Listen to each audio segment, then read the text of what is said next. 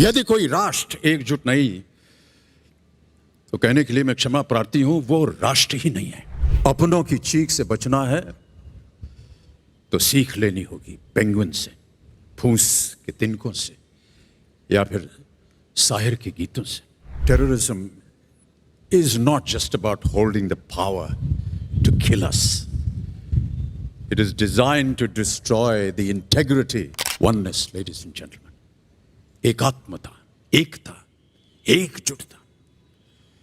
ये विषय कोई नई बात नहीं है। उसके उदाहरण सदियों पहले से हमारे वेदों में, शास्त्रों में, कहानियों में भरे पड़े हुए। शायर लुधियानवी साहब की लिखी हुई कुछ पंक्तियां हैं कि एक से एक मिले तो कतरा बन जाता है दरिया, एक से एक मिले तो जर्रा बन जाता है सेहरा, एक से एक मिले तो राई बन सकती है पर्वत, एक से एक मिले तो इंसान बस में कर ले किस्मत। देवियों सज्जनों, एकजुटता कोई सामाजिक विकल्प नहीं है, बल्कि ये तो एक संकल्प है, एक राष्ट्र निर्माण का संकल्प। एकात्मता एक राष्ट्र के होने का सबूत है। यदि कोई राष्ट्र एकजुट नहीं तो कहने के लिए मैं क्षमा प्रार्थी हूं, वो राष्ट्र ही नहीं है।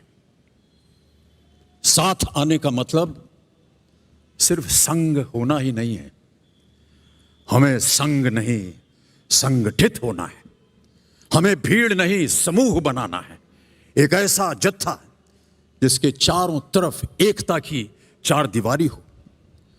हमें अपनी भावी पीढ़ी के लिए एकता के उसी मजबूत किले का निर्माण करना है जहां विनाश और नफरत के विष बाण हम तक पहुंच न सके। हमारे बीच का यही अविश्वास विनाशकारी शक्तियों का समबल है। आज यदि हम दूसरे की चीख को इसलिए अनसुना कर देते हैं कि वो हमारे अपनों की चीख नहीं है, तो देवियों सज्जनों, वो दिन दूर नहीं कि किसी दिन कोई चीख हमारे अपनों की भी हो सकती है। अपनों की चीख से बचना है तो सीख लेनी होगी पेंगुइन से, फूंस के तिनकों से, या फिर शायर के गीतों से। Ladies and gentlemen, terrorism is not just about holding the power to kill us. It is designed to destroy the integrity of our oneness. It is a desire to make children become slaves of their worldview of victimhood.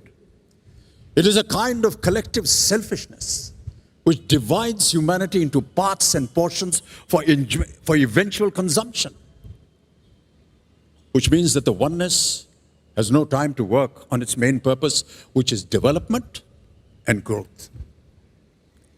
There is reason in what His Holiness the Dalai Lama said. He said, every major religion of the world has similar ideals of love, the same goal of befitting humanity